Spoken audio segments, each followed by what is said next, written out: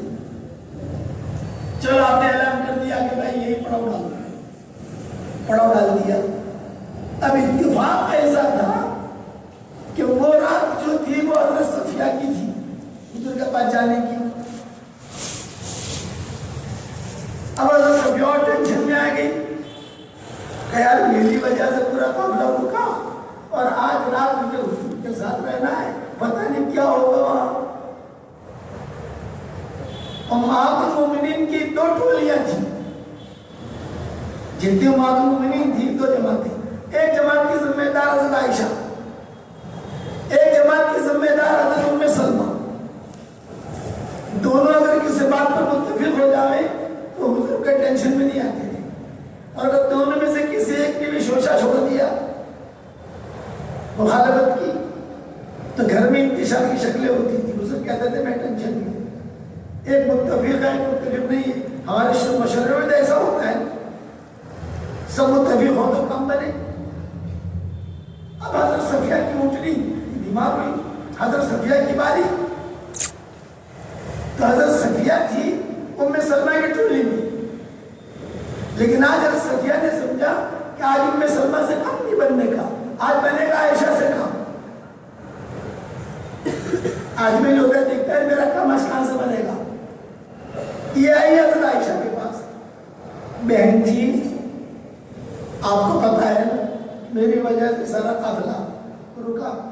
حضور صلی اللہ علیہ وسلم کو مقام ابوا میں ٹھہرنا تھا، جہاں ان کی والدہ کی قبر ہے وہ وادی میں ٹھہرنا تھا حضور کو، لیکن میری وجہ سے یہ ہوا میں جذبات قابو میں نہیں کر سکی. اب آج میری باری ہے. مجھے شرم آتی ہے کہ پتہ نہیں کیا ہوگا. حضور کہیں ناراض نہ ہو تو میں کیا کروں. حضرت عائشہ نے کہا بات تو تمہاری صحیح نہیں ہے تو ٹینشن کی بات کہ تمہاری وجہ سے اتنا بڑا قافلہ رک گیا. اگر تم روتی نہیں اور حضور نے آنسو پہنچ دیے خاموش ہو جاتی تو معاملہ ختم ہو جاتا. بات تو صحیح ہے. یہ کہا صفیہ استخارہ کرو. ارے اب بہن حضرت عائشہ کو بہن کہتی ارے بہن کتنا استخارہ کرو کچھ سمجھ میں ہی نہیں آتا. ایک منٹ میری جو ہے بہت یعنی ٹینشن نہیں گزر رہی. حضور کو کیا کہوں گی میں. حضور کو اپنی ماں کی قبر کرا دی 12 گزارنی تھی پورے قافلے کو. قبر کے قریب نہیں اس وادی میں. آپ نے طے کیا تھا اس وادی میں ہم ٹھہریں گے حج پر جاتے ہوئے. حضرت عائشہ نے کہا آپ نے سوچ کتنے مطلب صفیہ نے خود نے کہا میری رائے یہ ہے میری باری میں تم چلی جاؤ تو 2 فائدے ہوں گے. ایک تو حضور تمہیں دیکھ کر خوشی ہو جائے گی اس سے بھی ختم ہو جائے گا. دوسرا کہ میرا معاملہ بھی سیٹ کر لوں گی. ارے سمجھ میں آتا ہے نہیں آتا بنگلور والوں میرا معاملہ بھی سیٹ کر لو گے. حضور کو سمجھا دوں کہ معاملہ آگے بڑھے گا نہیں. حضرت عائشہ نے کہا بہت اچھا. اب حضرت عائشہ کپڑے وغیرہ بدل کر حضور کے خیمے میں چلی گئی. حضور نے دیکھا کہ عائشہ آئی ہے. آپ نے فرمایا اویس بیوی کو پیار والا نام رکھنا ہماری شریعت میں سنت ہے لیکن دھمال والا نہیں. نام تھا عائشہ اور حضور پکار کر کہتے تھے اویس. کبھی کہتے تھے عائش کبھی کہتے تھے حمیرہ کبھی کہتے تھے صدیقہ کبھی کہتے تھے عفیفہ. نام یہ نہیں تھی نام کا عائشہ تھا. آپ نے فرمایا ارے اویس تم کیسے آ گئی. آج تو صفیہ کی باری ہے. آپ کو یاد تھا کہ دھمال ہوئی ہے صفیہ کی وجہ سے اور آج صفیہ کی باری ہے. آج تو صفیہ کی باری ہے تم کیسے آ گئی. تو حضرت عائشہ نے کہا ذالک فضل اللہ یؤتیہ من یشاء. یہ تو اللہ کا فضل ہے اللہ جسے چاہے دے. میں اس پہ مجھے کہا میری باری میں چلے جاؤ. میں نے کہا یہ تو اچانک کا خیر ہے میرے لیے کہ تمہاری باری میں بھی آ گئی حضور کی خدمت میں. اب حضور صلی اللہ علیہ وسلم نے رات گزاری دوپہر میں آرام بھی کیا ایولا بھی کیا. لیکن روایتوں میں یہ ہے حضرت عائشہ کہتی تھی صفیہ کے بارے میں کوئی تذکرہ حضور نے نہیں کیا. آج یہ ہوا کچھ نہیں. آج ہمارے یہاں تذکرے بہت ہوتے ہیں تو اس میں فکر نہیں ہوتے. ہمارے قیمت بہت ہوتی ہے تذکرے بہت ہوتے ہیں فلاں نے نہیں کیا فلاں نے نہیں کیا. اپنا معاملہ اللہ کے ساتھ کلیئر رکھو دوسرے کا فکر مت کرو. اللہ آپ کی نماز کے بارے میں پوچھے گا دوسرے کی نماز کے بارے میں نہیں پوچھے گا. یہ بتا تم نے نماز پڑھے گی نہیں اللہ تعالیٰ ہم سے پوچھے گا بتاؤ مولوی یونس نماز لے کر آئے کہ نہیں آئے. میں کہوں اللہ پاک ذرا میرے ابو کو بلا کے لے کے آتا ہوں میرے امیر صاحب کو بلا کے لے کے آتا ہوں میرے مسجد اور جماعت کی جو امیر صاحب کو بلا کے لے کے آتا ہوں. اللہ کہیں گے کسی کو بلانے کی ضرورت نہیں آپ اپنا بتاؤ. اس لیے آدمی اپنی فکر کرے. اب آگے بڑا معاملہ حضور صلی اللہ علیہ وسلم نے رات گزاری سب کچھ ہوا. اب مائیں ملنے آئی تھی سفر سے پہلے مائیں آ کر بیٹھ جاتی تھی. سب مائیں آ کر بیٹھ گئی. حضرت صفیہ بھی پیچھے بیٹھ گئی. معاملہ تو ان کی وجہ سے معاملہ ہوا تھا.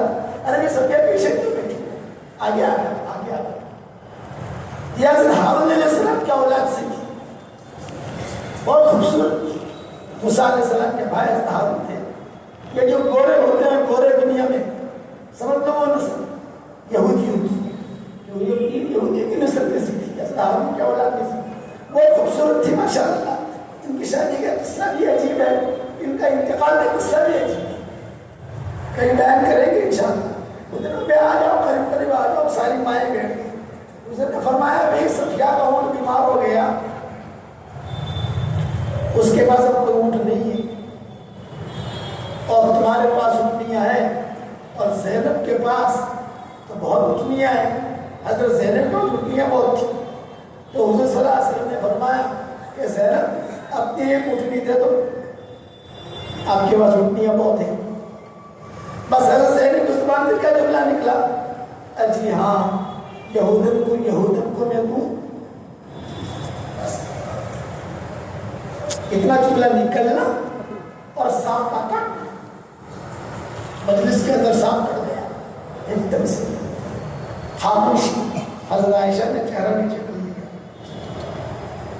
حضور پر بھی بوجھ پڑا، اگرچہ بعد میں معافی مانگ لی ہوا ہو، اس جملے کی وجہ سے حضور اب تجھے ذکر ہے کہ آخر میں پہنچے مکہ مکرمہ۔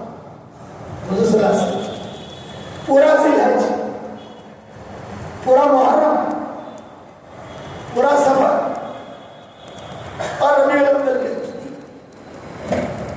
حضور بولے نہیں حضرت زینب سے، ٹینشن رہا پورے گھر کے اندر، اور حضور ایک ہی بات کہتے رہے کہ تمہیں ہمیشہ کہتا ہوں زبان سے کوئی جملہ نکالو سوچ سمجھ کے نکالو، زبان سے کوئی جملہ نکالو سوچ سمجھ کے نکالو۔ تو حضرت زینب آتی تھی حضرت عائشہ کے پاس، اور حضرت عائشہ کے پاس آ کے کہتی تھی صفیہ کا مسئلہ آسان کیا، میرا بھی مسئلہ آسان کر دو بھائی۔ یعنی کس نے سنایا؟ زبان۔ پھر آخر میں حضرت زینب کہتی تھی کہ حضور صلی اللہ علیہ وسلم آخر میں جو ہے، اس لیے اس کے بعد تو حضور کا انتقال ہو گیا ہے، حجۃ الوداع کے بعد جو ہے حضور زیادہ دن زندہ نہیں رہے ہیں، کتابوں میں لکھا ہے اچانک میرے گھر میں حضور آئے اور کہا جا میں نے تجھے معاف کر دیا۔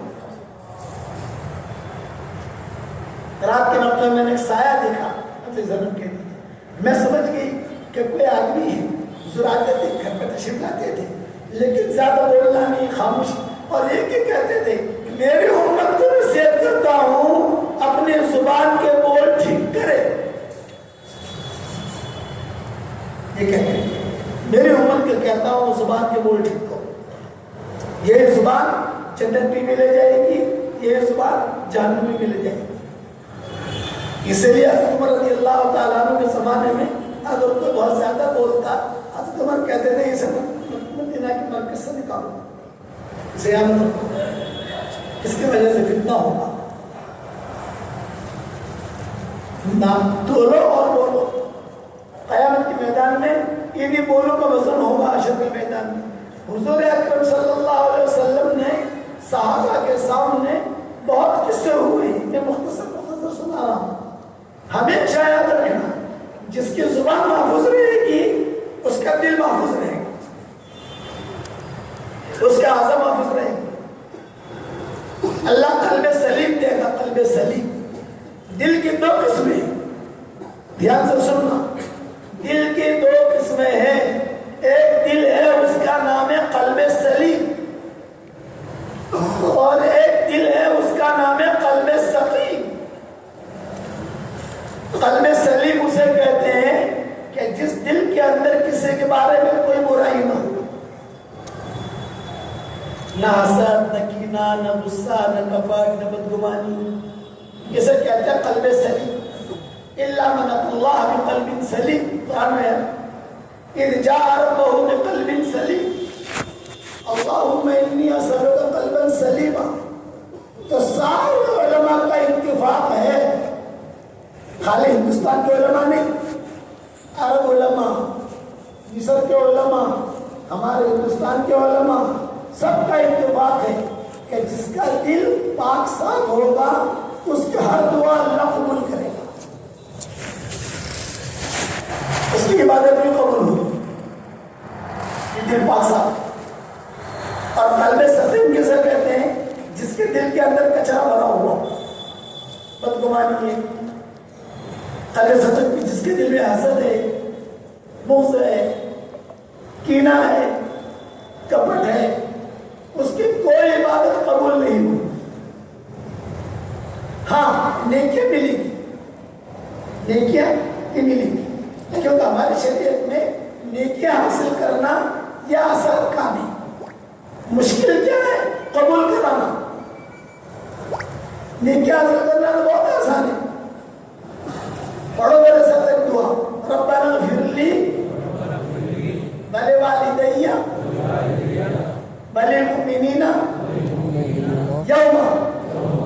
یوم الحساب. جب روایت میں آتا ہے جو یہ دعا پڑھ لے گا اس وقت میں دنیا میں جتنے مسلمان مرد اور عورتیں ہوں گی ان سب کے برابر اللہ اسے نیکیاں دے گا. اب جس نے بھی یہ دعا پڑھی اس کے اکاؤنٹ میں نیکیاں آ گئی. تو نیکیاں حاصل کرنا تو بہت آسان ہے. میاں بیوی ایک دوسرے کی طرف محبت کی نگاہ سے دیکھے اور مسکرائیں تو آسمانوں پر اللہ بھی مسکراتے ہیں. گھر جا کر عمل کر لینا اور محبت سے دیکھنا. یہ نہیں کہ مولوی صاحب نے کہا ہے تو میں ہنس رہا ہوں لیکن تیری میری لڑائی تو برقرار ہے. یہ نہیں. میاں بیوی ایک دوسرے کی طرف دیکھے محبت کی نگاہ سے دیکھے اور مسکرائے. اللہ بھی ہنستے ہیں. ابراہیم کی حدیث ہے میاں بیوی ایک دوسرے سے مصافحہ کریں تو 10 انگلیاں اس کی 10 انگلیاں اس کی 20 انگلیاں ہو گئی.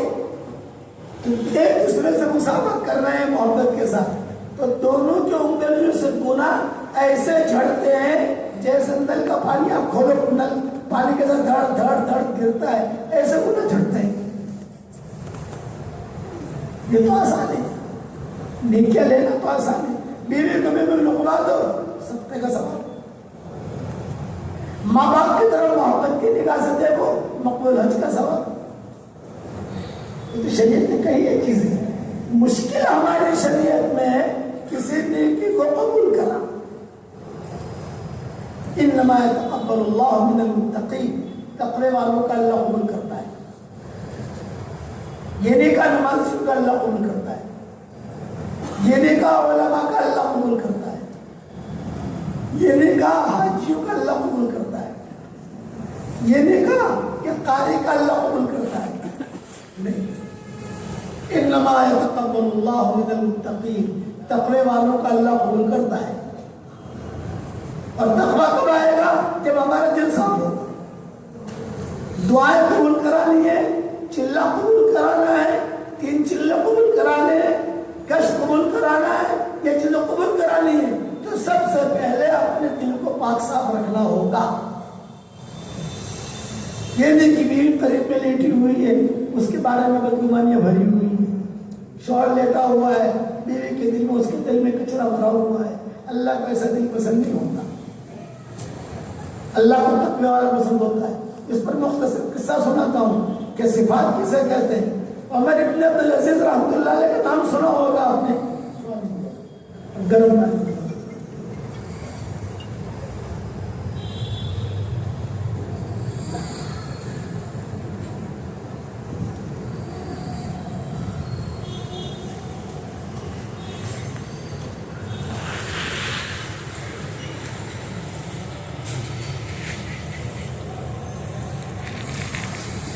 عمر ابن عبدالعزیز کا نام سنا ہوگا آپ نے.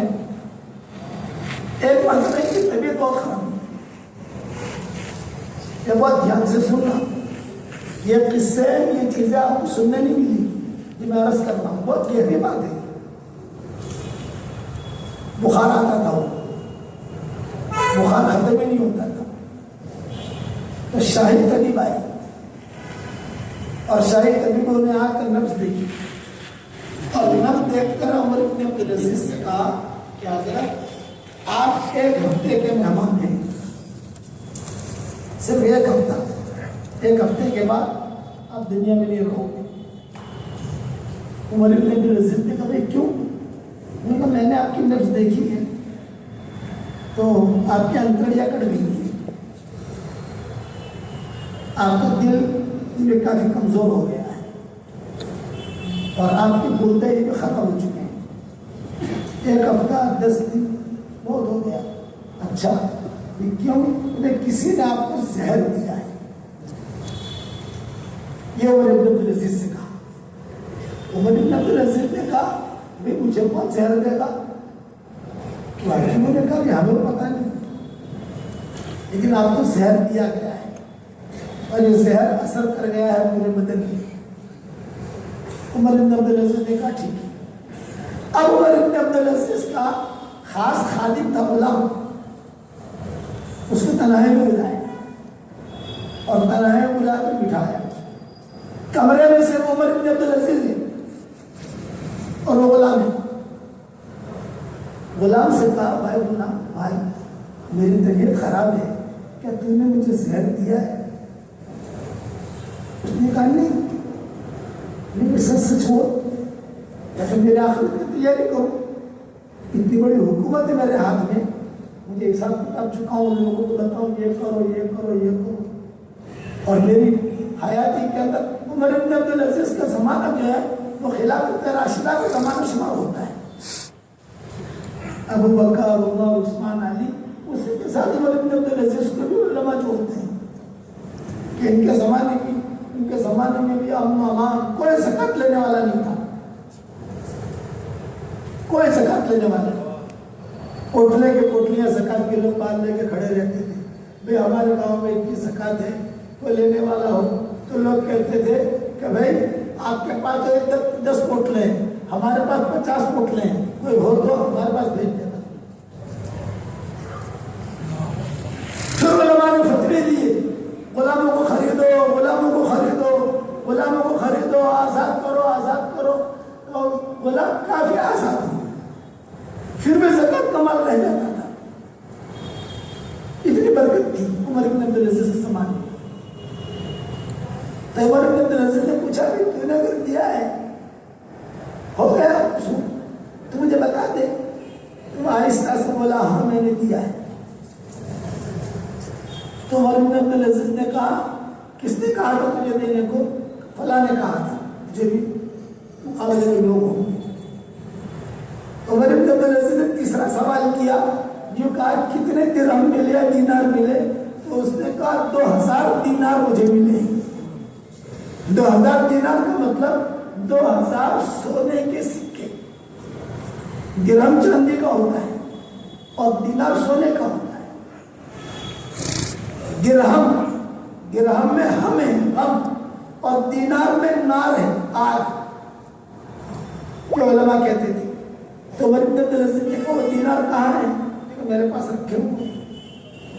اب دیکھو بات پکی ہو گئی, میں کوالٹی سمجھا رہا ہوں, کوالٹی.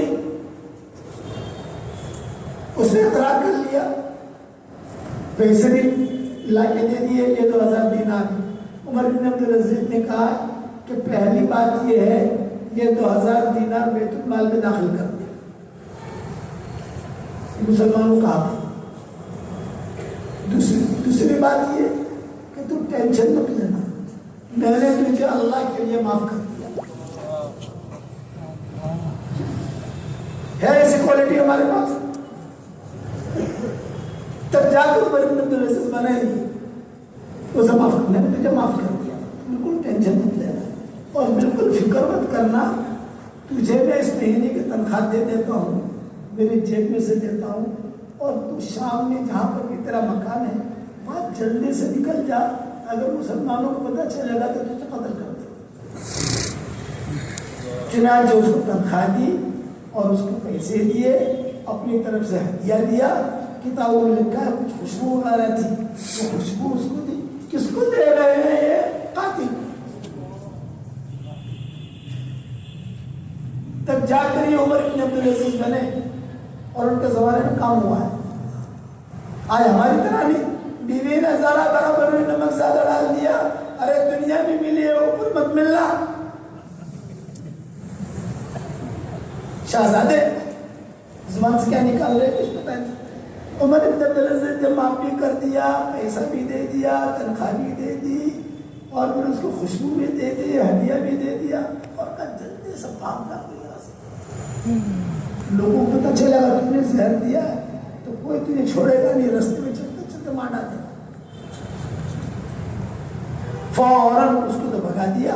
اب عمر بن عبدالعزیز کی طبیعت خراب ہوئی, بخار اترتا ہی نہیں تھا. بڑے بڑے شاہی لوگ آئے, موت کا وقت تھا, سوئے ہوئے تھے, کراہ گئے تھے, بخار اتر نہیں رہا تھا. تو کسی نے کہا کہ ان کا خادم کہاں ہے, وہ غلام تھا وہ کہاں ہے؟ انہوں نے سن لیا, آنکھیں کھولی اور کہا دیکھو وہ خادم کی تلاش مت کرو, اس نے مجھے زہر دیا تھا، اس نے اقرار بھی کیا ہے، لیکن میں نے اس کو اللہ کے لیے معاف کر دیا ہے۔ اس کے بعد عمر بن عبد العزیز کا انتقال ہوا ہے۔ یہ اخلاق تھے، اس اخلاق کی وجہ سے اسلام آگے پھیلا ہے۔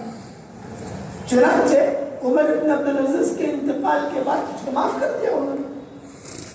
عمر بن عبد العزیز کے انتقال کے بعد چونکہ اب دوسری حکومت آئی نا، یہ تو انتقال ہو گیا ہے ان کا، دفن کر دیا، اب دوسری حکومت آئی۔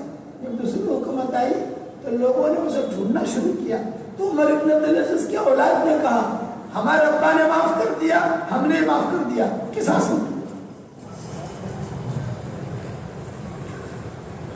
آج تک 15 سال کی بڑھاس بھی آدمی دل میں رکھتا ہے۔ ہمیشہ یاد رکھنا، دعوت کے کام میں اگر آگے بڑھنا ہے، میرے والد صاحب کہتے تھے بغیر صفات کے آگے نہیں بڑھ سکتے، تقریر کرنے سے آگے نہیں بڑھتا۔ تقریر تو شیطان بھی بہت اچھی کرتا ہے۔ ہمارے سے کوئی دین کا فائدہ ہو رہا ہے، یہ دلیل ہماری مقبولیت کی نہیں ہے۔ ہم کسی کو اچھی بات بتا رہے ہیں، یہ دلیل میری مقبولیت کی نہیں، میرے اندر دین ہے کہ نہیں، وہ دیکھا جائے گا۔ ابو ہریرہ کو آیت الکرسی سکھانے والا شیطان تھا۔ ابو ہریرہ کو آیت الکرسی کس نے سکھائی تھی؟ شیطان نے۔ حضور نے فرمایا کہ بہت جھوٹا ہے لیکن بات صحیح بتا گیا۔ کیا آپ نے فرمایا کہ بہت جھوٹا ہے لیکن بات صحیح بتا گیا۔ اس لیے یہ یاد رکھنا کہ آدمی اللہ کے یاد مقبول ہوتا ہے وہ اندر کی صفات کی وجہ سے۔ کوالٹی تقویٰ ہماری زندگی میں ہو، برداشت کرو، ساتھیوں کو نبھاؤ، ساتھیوں کی اچھائیاں دیکھو، ساتھیوں کا خیال رکھو۔ مزاج کے خلاف ہوگا، ایک مزاج کی نہیں ہوتی۔ میرے والد صاحب رحمۃ اللہ علیہ فرماتے تھے کہ جماعتوں کا چلانا ایسا ہے جیسے زندہ مینڈک تولنا۔ ابا کہتے ہیں اچھا پہلے جو ہے، اب تو اللہ نے فراوانی دے دی ماشاءاللہ، لیکن پہلے ہم جو جماعتیں لے کے نکلتے تھے تو ابا کہتے تھے بیٹا یونس یہ 10 آدمیوں کی جماعت ہے، اس میں 2 میواتی ہیں، 2 یو پی کے ہیں، 2 بہار کے ہیں، 2 بنگال کے ہیں، 2 گجرات کے ہیں۔ یہ جماعت چلاؤ، چلا لگاؤ، ان کا جو ہے پورا قرآن سکھاؤ، ان کو نماز سکھاؤ، اور پوری جماعت لے کے جاؤ اور پوری جماعت واپس لے کر آؤ تو میں تمہیں ہدیہ دوں گا۔ ابا کہتے ہیں یہی لوگ جانے، یہی لوگ آنے، اور آ کر ان کا قرآن سنوں گا کہ قرآن تم نے ٹھیک کروایا کہ نہیں۔ اور جماعت والے کیسے ہوتے تھے وہاں جا، آج کل تو لڑائی اس پر ہوتی ہے کہ آج کھانا اچھا نہیں پکا، آج جماعت والے اس پر لڑتے ہیں۔ ہمارے اس وقت میں اس پر لڑائی ہوتی تھی کہ آج کھانا اچھا کیوں پکا، آج کھانا اچھا پکایا، تیل بھی زیادہ ڈالا، مرچی بھی زیادہ گئی، خرچہ زیادہ ہوا، اس پر لڑائی ہوتی تھی۔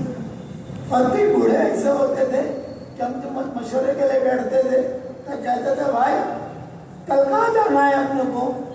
فلاں جگہ جانا ہے۔ کس میں جانا ہے؟ بس میں جائیں گے۔ تو کہتے تھے ہم تو بس میں نہیں جائیں گے، ہم تو پیسے بچائیں گے ہمارے، ہم تو پیدل آئیں گے۔ اب باؤ پیدل آئے، ہم بس میں پہنچے، جب مشورے کے لیے بیٹھے تو وہ کہتے تھے کبھی ٹکٹ کے پیسے ہمارے واپس کرو، ہم تو بس میں نہیں آئے، ٹکٹ کے پیسے واپس کرو۔ ایک بجے بھی آتے، وہ چائے نہیں پیتے تھے، جماعت پہلے چائے پیتے تھے، وہ جب بھی ساتھی لوگ چائے پی لے تو آ کر مجھ سے وہ چائے کے پیسے لے جانے، میں نے چائے نہیں پی ہے، میرا چائے کا پیسہ واپس۔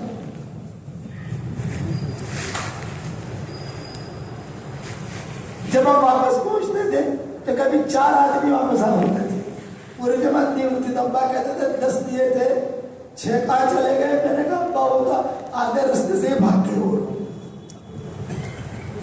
کتنا مشکل تھا، اور آج اللہ کا کتنا شکر ہے، کھانا بھی ہے، اکرام بھی ہے، ہدیہ بھی ہے، جماعت آئی ماشاءاللہ، جماعت آئی، پنکھا بھی ہے، پہلے آئی مرکز تھوڑا ہوتا تھا، اتنا اکرام تھوڑا ہوتا تھا۔ ابا فرماتے تھے کہ فطرت السرا فتنۃ الدرا، یا عمر کہتے تھے فطرت السرا اشد من فتنۃ الدرا، کہ آدمی دعوت کا کام کرے گا تو کبھی اچھے حالات آئیں گے، کبھی برے حالات آئیں گے، تو بولے کہ برے حالات میں آدمی اللہ کا قرب حاصل کرے گا، اے اللہ معاف کر دے، اے اللہ۔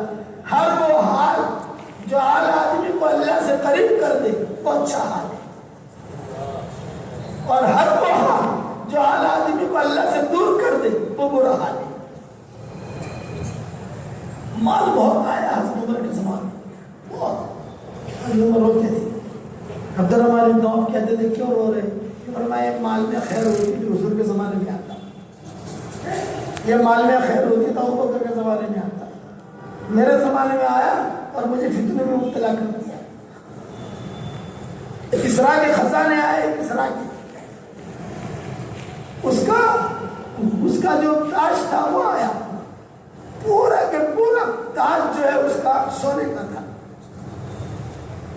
مدینہ منورہ میں سونے کا تاج۔ ایک بڑے میاں تھے، انہوں نے جو ہے اپنے پاؤں سے فٹ بال کی طرح ایک کک ماری اس کو، دوسرے بڑے میاں نے کہا ارے کسرا کا تاج ہے، یہ فٹ بال نہیں ہے، جب کک مار رہے بولے ہاں یہ کسرا کے تاج نہیں تھے، اسے دھوکے میں ڈالا تھا، یہ کہہ کر دوسری لال ماری۔ اس کا تخت آیا، تخت کسرا کا 53 من سونا تھا، 53 من سونا، چھوٹا چھوٹا برش تھے، حضرت عمر نے کاٹ کاٹ کے سب میں تقسیم کی۔ اس کا قالین آیا، قالین 4 ایکڑ لمبا تھا، قالین 4 ایکڑ، کتنا لمبا چوڑا قالین۔ جب وہ قالین مدینہ پہنچا ہے تو حضرت عمر نے کہا بتاؤ کیا کرنا ہے؟ قالین میں کھڑے کھڑے، بیٹھے نہیں، کھڑے کھڑے، بتاؤ کیا کرنا ہے اس قالین کا؟ سارے صحابہ نے رائے اسے باقی رکھا تاکہ قیامت تک کے آنے والے حاجی دیکھیں کہ دیکھو اللہ نے کیسے فتوحات دی، یادگار رہے گی، یادگار۔ حضرت عمر نے کہا یہ گناہ کی یادگار ہے، اس پر شرابی پی گئی تھی، زناکاریاں ہوئی ہیں، عیاشیاں ہوئی ہیں، مسلمان اور اسلام کے خلاف پروگرام بنے ہیں، میں گناہ کی یادگار کو باقی نہیں رکھتا، اس لیے سب کو کاٹ کاٹ کر مسلمانوں میں تقسیم کر دیا۔ اتنا مالا کسرا کی لڑکی آئی، کبھی ان کے ناخن کو بھی تکلیف نہیں، حضرت عمر نے کہا ان کو باندھ دیا بناؤ، وہ تو حضرت علی نے روکا، نہیں ان کا اکرام کرو۔ حضرت عمر نے کہا بھائی باندھ دیا، جانتی ہیں لڑکیاں، باندھ دی بن گئی، تقسیم کرو، دے دو کسی کو۔ حضرت علی نے روکا، نہیں ملوں گی، پھر کیوں نہیں؟ میں کہتا ہوں باندھی نہیں بنانی ان کو، حالانکہ تھے امیر وہ حضرت عمر، لیکن حضرت علی وہ چل گئے، میری رائے نہیں، ان کو باندھی نہ بناؤ، یہ اونچے خاندان کی لڑکیاں ہیں، انہیں مدینہ میں کسی اچھے گھر میں رکھو اور انہیں اختیار دو کہ کیا چاہیے۔ انزل الناس منازلہم، حضور سے میں نے سنا ہے لوگوں کو ان کے درجے کے اعتبار سے اتارو، کسرا کی بیٹیاں ہیں اور تم باندھے بناؤ گے، کسی دیہاتی کا ہاتھ چڑھ جائے گی، 2 دن میں مر جائے گی، یہ باندھی بھی چلی، باندھے سے صحبت جائے اسے، اور باندھے کو کام بھی بتا سکتے ہو، اونٹ کو پانی پلائیے گا، اونٹ کو پانی پلائے گی۔ تو حضرت عمر نے کہا اچھا بھی تمہاری رائے پر میں متفق۔ حضرت یہ کہہ دیا بڑا خاندان تھا وہاں مدینہ منورہ میں، مالدار خاندان، شاہی خاندان، شرافت والے لوگ تھے، وہاں حضرت عمر نے بھیج دیا کہ جاؤ تم مہینہ رہو، 15 دن رہو، 20 دن رہو، 20 دن کے بعد جو ہے اپنا انتخاب کرنا، کیا کرنا ہے، مسلمان ہونا ہے نہیں ہونا، کیا کرنا ہے کیا نہیں کرنا۔ حرمین شریف مکہ مکرمہ میں چاول نہیں ہوتے تھے، عربوں کے چاول نہیں ہوتے تھے، چاول ایران میں ہوتے تھے، کہ لڑکیاں حضرت عمر کو کہتی تھی ہمیں چاول کھانے ہیں، تو حضرت عمر ایران سے چاول منگواتی تھی، جب جا کر عرب میں چاول آئے، چاول کوئی جانتا نہیں تھا، اور آج کل تو ہم سے زیادہ چاول وہ کھاتے ہیں۔ اربوں کے یہاں جب بھی دعوت چاول ہوتے، میں کہتا ہوں ایرانی کھانا تم لوگ کھاتے ہو، پھر میں آپ کو قصہ سناتا ہوں کہ چاول نہیں ہوتے تھے یار، حجاز میں چاول کو جانتا بھی نہیں تھا، ایران سے تو تمہیں منگواتی تھی لڑکی کی وجہ سے کہ یہ لڑکیاں ہیں ان کا اکرام کرو. پھر ان لڑکیوں نے خدا سے عمر سے کہا ہم مسلمان ہونے کے لیے تیار ہیں، میرا نکاح فلاں کے ساتھ کرا دو، میرا نکاح فلاں کے ساتھ کرا دو. چنانچہ ایسا ہی ہوا، نکاح کروایا گیا، ان سے نسل چلی، کچھ تو جو اسی جگہ انتقال کر گئی، کچھ رہی، لیکن یہ کہ اتنا اللہ نے فتوحات دی. مال آتا تھا تو تم روتے تھے، قرآن کے آیت پڑھتے تھے، اذهبتم طیباتکم فی حیاتکم الدنیا فاستمتعتم بها. حالانکہ یہ آیت مشرکین کے بارے میں کہ ہم نے تم کو جتنا دیا دنیا میں دے دیا، ہم نے بدلہ دے دیا، بدلہ لے لیا، اب آخرت کے لیے کچھ نہیں. اس لیے ایک جملہ یاد رکھنا، ایک جملہ یاد رکھنا، صحت نعمت نہیں ہے اگر ہدایت نہیں، فیکٹری نعمت نہیں ہے اگر ہدایت نہیں، دکان نعمت نہیں ہے اگر ہدایت نہیں، مال و منال نعمت نہیں ہے اگر ہدایت نہیں، باغات یہ نعمت نہیں ہے اگر ہدایت نہیں. ہدایت ہے ہر چیز نعمت ہے، ہدایت نہیں ہے کہ ساری کی ساری چیزیں زحمت ہے. ایک آدمی اللہ کا حکم توڑ رہا، رسول اللہ صلی اللہ علیہ وسلم کا طریقہ چھوڑ رہا اور دنیا اس کے قدموں پر آتی ہے، وہ آدمی اپنے بارے میں سمجھ لے کہ اللہ کے عذاب کا شکار ہو چکا ہے. اس لیے آج کی بات یہ ہے کہ آدمی کوالٹی حاصل کرے، تقوی، اخلاق. میں نے کہا مثال کے خلاف ہوگا. ایک مرتبہ خالد ابن ولید اور عبد الرحمن ابن عوف دونوں میں لڑائی ہو گئی اور اتفاق یہ مشورے میں لڑ پڑے. مشورہ چل رہا تھا، حضور صلی اللہ علیہ وسلم اس مشورے میں نہیں تھے اور دونوں جو ہے لڑ پڑے.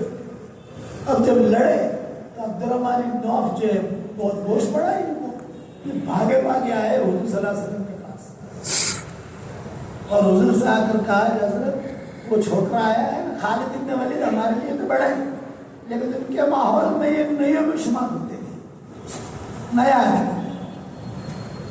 وہ چھوکرا آیا ہے نا خالد، وہ مشورے میں یہ بولتا ہے، یہ بولتا ہے، میں جو بھی کہوں میری رائے کے خلاف بولتا ہے، شکایت کر رہے تھے.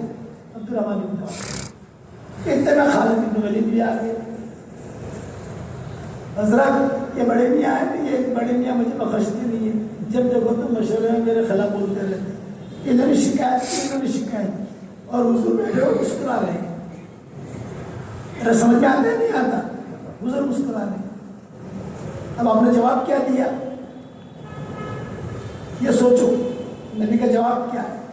حضور صلی اللہ علیہ وسلم متوجہ ہوئے خالد ابن ولید کی طرف. خالد عبد الرحمن ابن عوف کا احترام کر، اس لیے کہ یہ بدری ہے، تو بدری نہیں ہے، تو بدر میں شریک نہیں ہوا. خالد ابن ولید بدر میں نہیں تھے، یہ بدری ہے، بہت پرانا ہے، ان کا احترام کر. تو عبد الرحمن ابن عوف نے کہا اور خالد ابن ولید نے کہا کب تک احترام کروں؟ یہ بڑے میاں کا جب بھی مشورے میں بیٹھتے ہیں منہ چڑھا کر ہی بیٹھتے ہیں اور میں کچھ کہوں تو میرے رائے کے خلاف جواب دیتے ہیں. حضور صلی اللہ علیہ وسلم متوجہ ہوئے عبد الرحمن ابن عوف کی طرف. عبد الرحمن خالد کا احترام کرو، اس لیے کہ یہ اللہ کی تلواروں میں سے ایک تلوار ہے، دونوں کی اچھائیاں میں اور دونوں کو جوڑ دیا. ہاں یاد رکھیں، ایک مرتبہ ابو بکر عمر میں لڑائی ہوئی، دونوں بڑے ہیں کہ نہیں؟ ارے دونوں اشرف مشرف میں سے ہے کہ نہیں؟ اور حضور کے زمانے میں لڑائی ہوئی اور دھمال کی لڑائی ہوئی زبردست. آپ صلی اللہ علیہ وسلم کی عادت تھی کہ آپ صلی اللہ علیہ وسلم کو صحابہ کو زمین کو ٹکڑے دیتے تھے، پلوٹ بھئی یہ پلٹا ابو بکر کا ہے ہدیہ، یہ عمر کا ہے ہدیہ، فلاں کا ہے. مال بہت آتا تھا تو حضور تقسیم کرتے تھے. ایک زمین کا ٹکڑا ایسا تھا کہ جو ابو بکر عمر کو دے دیا حضور نے.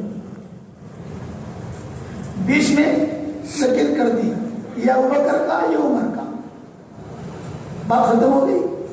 وہاں مدینہ میں لوگ کھجور کے درخت لگاتے ہیں، ابوبکر نے بھی کھجور کے درخت لگائے، حضرت عمر نے بھی لگائے، لیکن بیچ میں دیوار نہیں تھی، خالی زمین تھی، تو دو چار کھجور کے درخت بیچ میں اگ گئے، دو چار درخت یہاں اگ گئے۔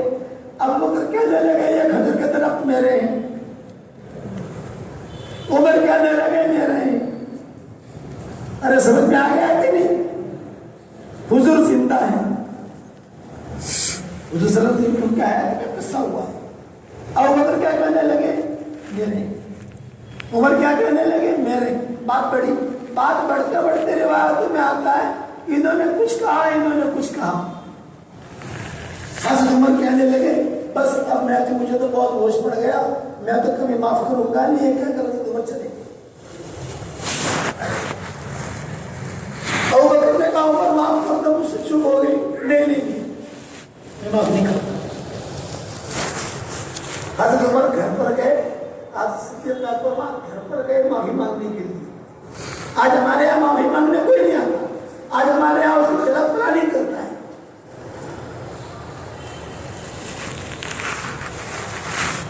چنانچہ حضرت ابوبکر گئے وہاں، لیکن حضرت عمر نے دروازہ نہیں کھولا۔ اب حضرت ابوبکر غصے کے اندر آ رہے ہیں، ابو سعید خدری بیٹھے ہوئے حضور صلی اللہ علیہ وسلم کے پاس۔ حضور نے دیکھا کہ ابوبکر کسی سے لڑ کر آ رہا ہے، ہانپتے کانپتے، لنگی ہاتھ میں، لنگی کا جو ہے بارش آئی تھی تو لنگی بھی خراب ہوئی تھی، اور ہانپتے کانپتے حضور بیٹھے، ابو سعید خدری بیٹھے، تو حضور نے ابو سعید خدری سے کہا مانو نہ مانو کسی سے لڑ کر آیا ہے۔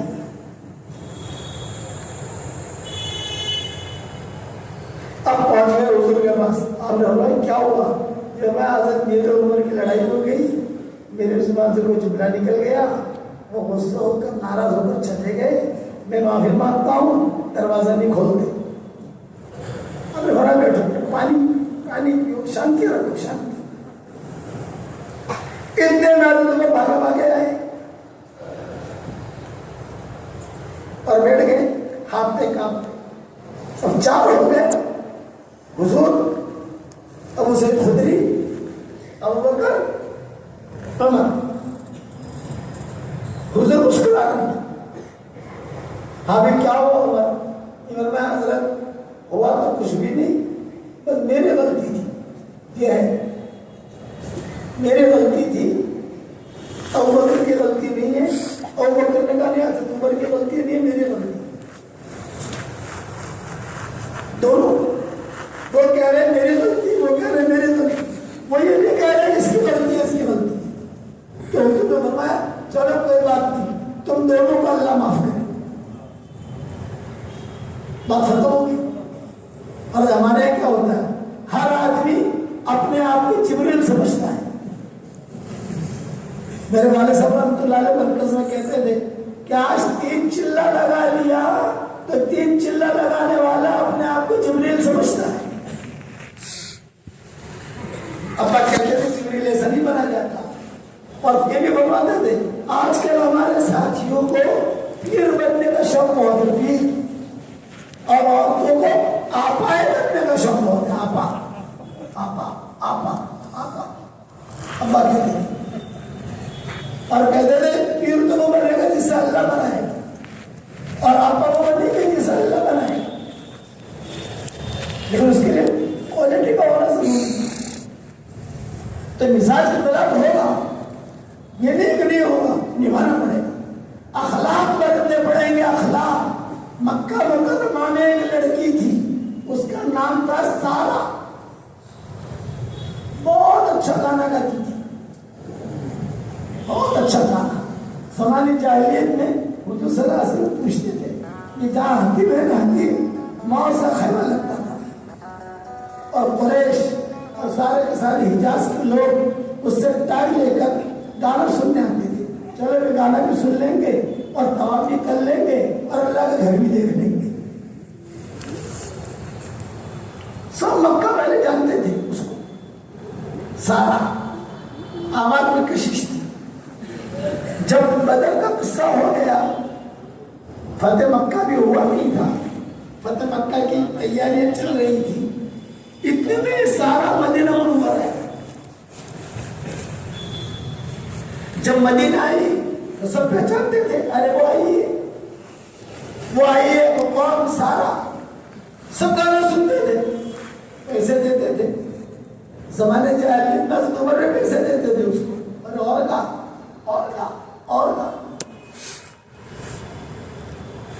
حاتم بن بلتع یہ یمن کے تھے، تاجر تھے، نوجوان. اس سے بہت دوستی تھی، بہت پیسہ دیتے تھے. تیرا کوئی گاہک نہ ہو میں تیرا گاہک. تجھے کو گاہک نہ ملے میں گاہک، میں پیسہ دوں گا تجھ کو. یہ حاتم بن بلتع. اب مدینہ میں اس یہ قصہ کہ اگر بات ختم کروں کہ حضور نے جو اپنے صحابہ کی تربیت کی ہے وہ اخلاق کی بنیاد پر کی ہے، لڑائی کی بنیاد پر نہیں کی، تربیت کی ان کی. اب یہ سارے مدینہ میں آئے. جب مدینہ منورہ آئے تو سارے مدینہ میں اعلان ہوا، وہ بھی کچھ سنا، وہ بھی کچھ سنا، وہ سارا آئی. اچھا مکہ والی، آپ کو کچھ پتا نہیں. ماؤں تک خبر پہنچی، ماؤں نے کہا اچھا سارا ہے. تو جس ماں کے پاس میں حضور جاتے ہر ماں کہتی ہے حضرت کچھ سنا آپ نے، سارا آئی ہے مکہ سے. آپ نے فرمایا خیر تو ہے، یہ مکہ میں کیوں آئی، یہ مدینہ میں کیوں آئی؟ ارے خدا نہ خاطر کہیں کوئی اڈا نہ کھول لے یہاں. یہاں پہ یہود رہتے ہیں، مشرکین رہتے ہیں، مسلمانوں بھی گنہگار ہیں، یہاں سب کو متقی نہیں، کہیں کوئی اڈا نہ کھول دے. ماحول نے کہتا ہمیں پتا نہیں، لیکن آئیے. لیکن آپ کی عادت تھی کہ آپ کسی کے ادھڑ بننے پڑتے نہیں تھے.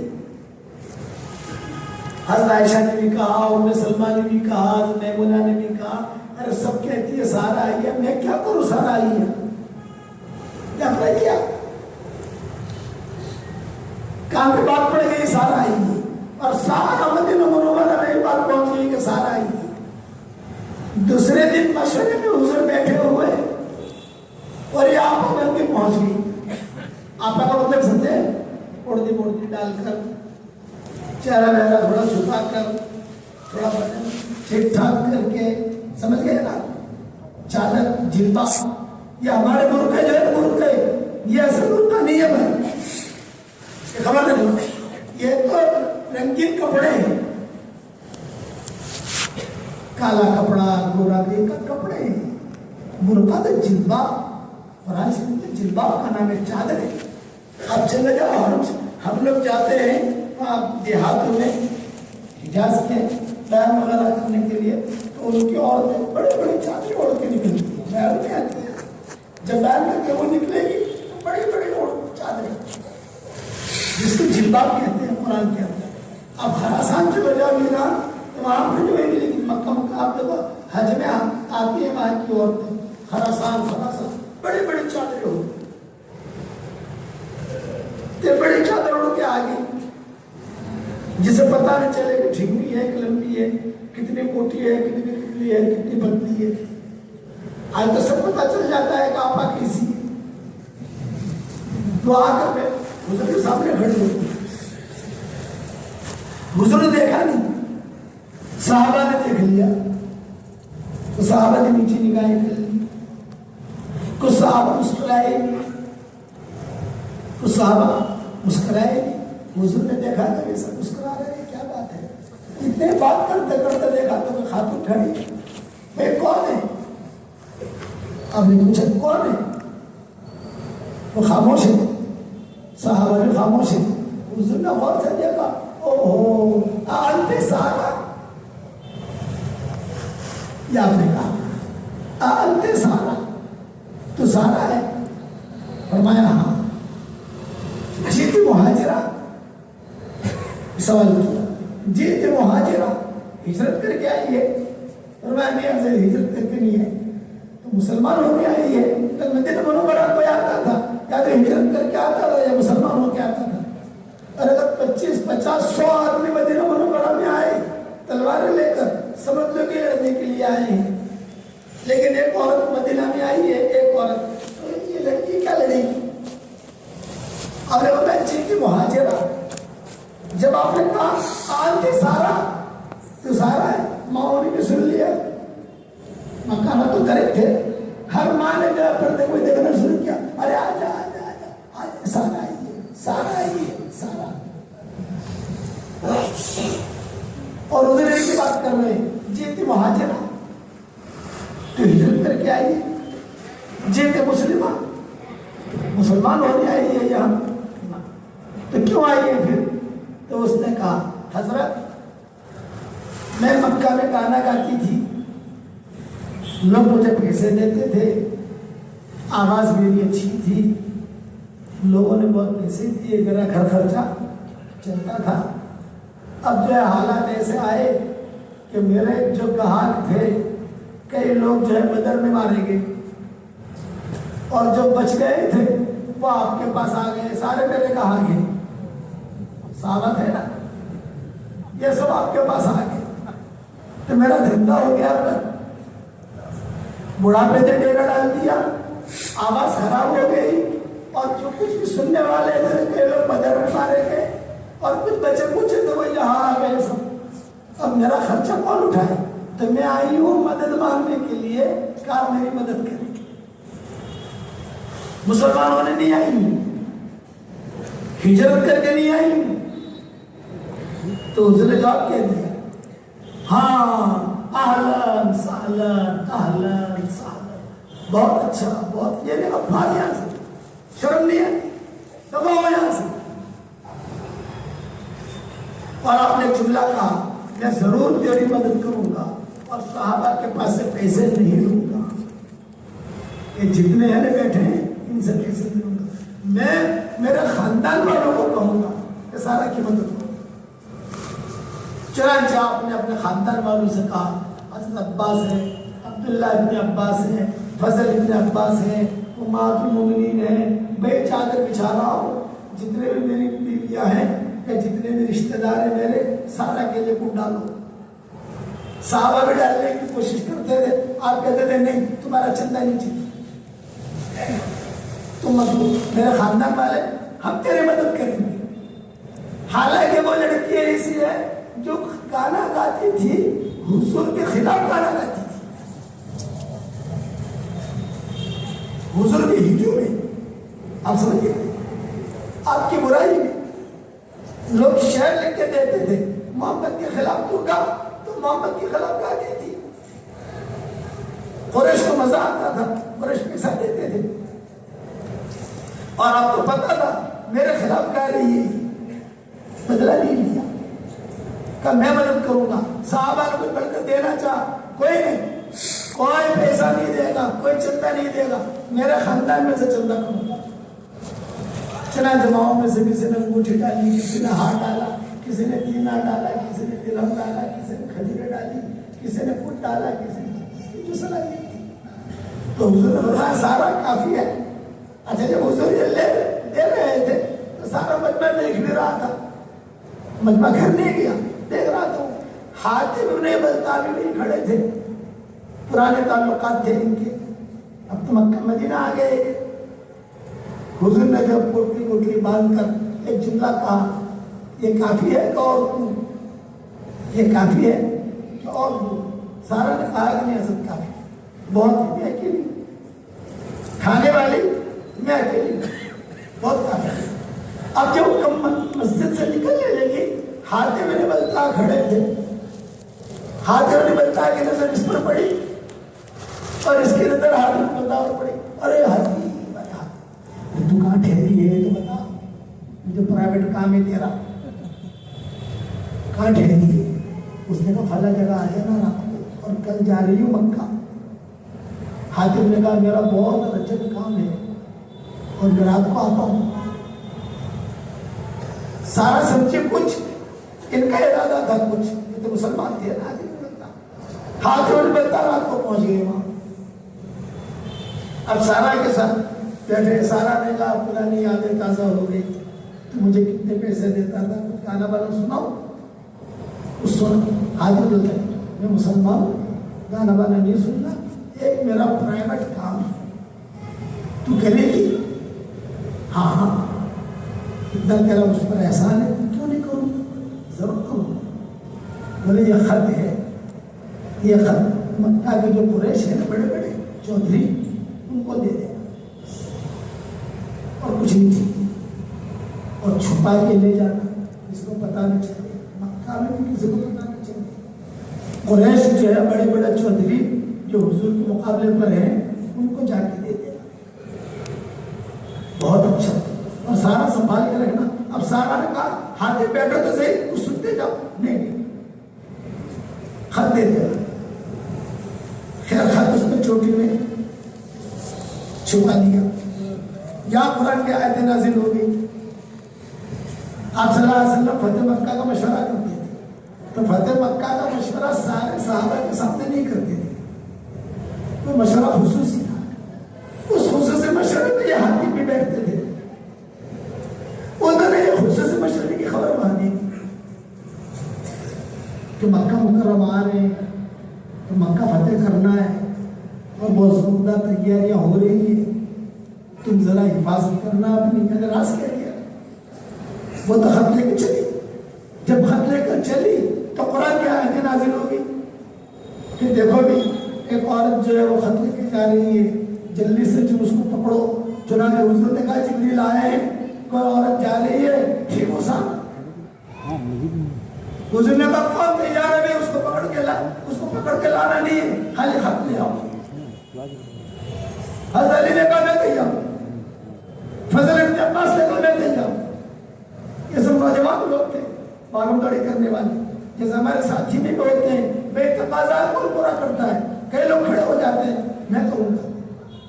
3 یا 4 صحابہ کو حضور نے جماعت بنائی اور آپ نے کہا کہ دیکھو اس عورت کو مارنا مت، اسے ڈانٹنا مت، آنکھیں مت دکھانا، اس سے صرف خط لیا.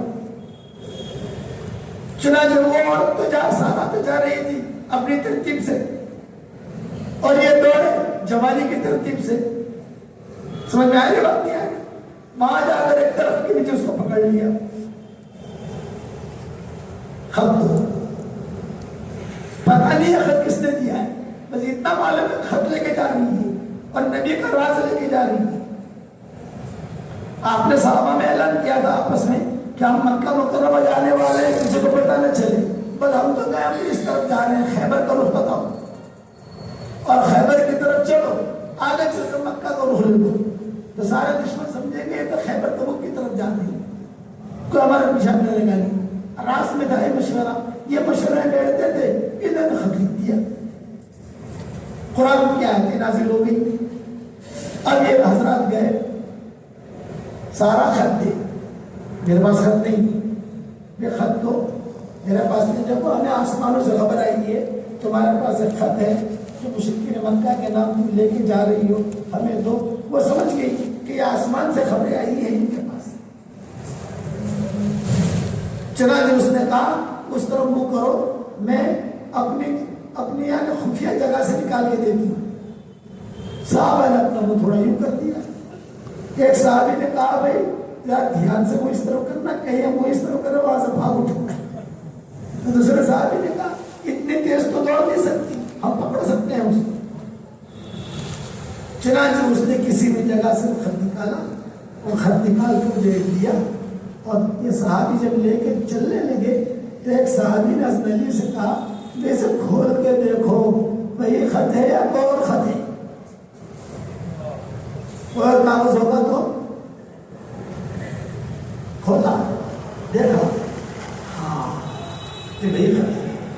نیچے دستخط ہاتھی پہ نہیں ملتا ہے دستخط، ہاں یہی بچہ اس کو کہہ دیا تو جا. اور یہ مدینہ منورہ آ گئی. حضور صلی اللہ علیہ وسلم نماز پڑھا کر بیٹھتے تھے، تو حضور صلی اللہ علیہ وسلم بیٹھے تو حضور نے پوچھا کہ علی کیا ہوا؟ حضرت خط لے آئے. اچھا. حضور کو خط دیا، حضور نے نظر ڈالی کہ آپ تو امی تھے نا، پڑھ نہیں سکتے تھے، بیالی سناؤ کیا ہے اس میں؟ تو حضرت علی نے جو ہے پڑھ کے سنایا، اور جب پڑھ کے سناتے گئے اور حضور جو ہے انا للہ و انا الیہ راجعون. کس نے لکھا ہے؟ میں کہا حاتم ابن بلتع اس نے لکھا ہے انا للہ و انا الیہ. اتنا راز میں ہم نے مشورہ رکھا اور یہ مکہ والوں کو لکھ رہا ہے، یعنی ہماری راز کی بات وہاں. تو حضور نے فرمایا بولا شورا والوں کو. شورا میں کون تھے؟ ابو بکر، عمر، یہ سارے کیا علی تو تھے ہی وہاں. حضرت ابو بکر کو بلایا، حضرت علی کو بلایا، اب حضرت عمر کو بلایا اور سارا مسئلہ بتائیں گے. تو حضرت عمر جو ہے یہ تو جذباتی تھے کہ حضرت بس حد ہوگی، آپ تو مجھے حکم دے دیں میں حاتم کو قتل کروں. اب نے کہا ٹھیک ٹھیک، جذبات مت آؤ، ٹھیک حاتم کو بڑھاؤ. حاتم نہیں بلتا آگے. حاتم یہ خطا کا ہے، وہاں ہیرا پھیری نہیں تھی. ہیرا پھیری سمجھ گئے نا، یوں چالا کیا. آج ہمارے ساتھی میں چالا کیا اس وجہ سے پیچھے بات دل صاحب. حاتم کو ابن بلتع نے کہا کہ میں نے لکھا ہے، سب کے سامنے اقرار کر رہے ہیں. تو آپ نے پوچھا بھی تم نے کیوں لکھا؟ آپ تو معلوم ہے تو ہمارا راز ہے، اور ہم چپکے سے مکہ میں داخل ہونا چاہتے ہیں اور مکہ فتح کرنا چاہتے ہیں. آپ نے کیوں لکھا؟ تو حضرت حاتم نے کہا حضرت ناراض نہ ہو، میرے بیوی بچے وہاں ہیں اور مجھے ڈر ہے کہ آپ لوگ جب مکہ میں فاتحانہ داخل ہوں گے تو میری بیوی بچوں پر بھی حملہ ہوگا.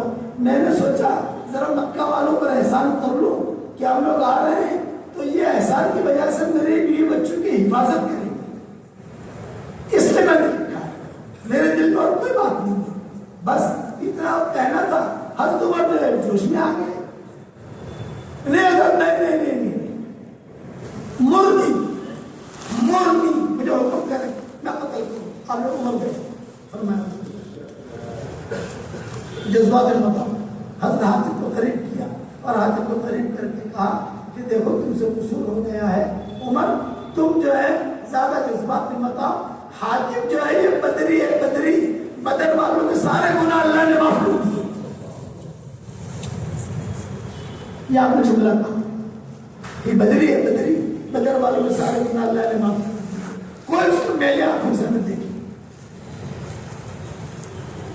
خط تو آ گیا، بولے ہمارا راستہ وہاں تک پہنچا نہیں ہے، لیکن کوئی بھی اگر میلی آنکھوں سے دیکھتا حاتم ایک کی بات کہتے تھے انا بدری،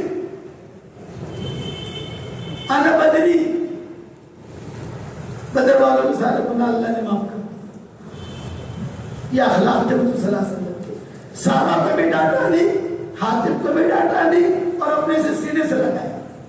یہ نہیں کہا تو نکل جا تیرا ہمارا کوئی تعلق نہیں ہے.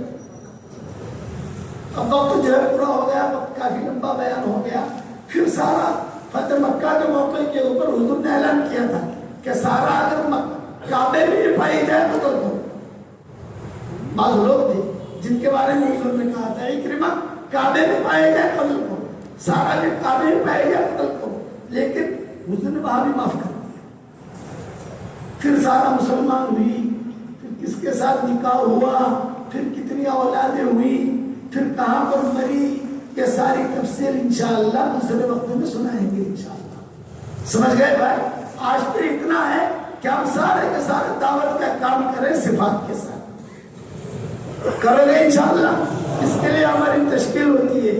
اللہ کے راستے میں نکلو، دین کے کام کو اپنا کام بناؤ، دعوت کے کام کو اپنا کام بناؤ. گھر سے نکلو تو دعوت کی نیت سے نکلو. جب تک گھر کے باہر رہو گے اللہ کے راستے میں شمار رہو. کرو گے بھائی؟ اب بتاؤ کون کون تیار ہے؟ جلدی کھڑے ہو کر نام لکھاؤ. کھڑے ہو جاؤ.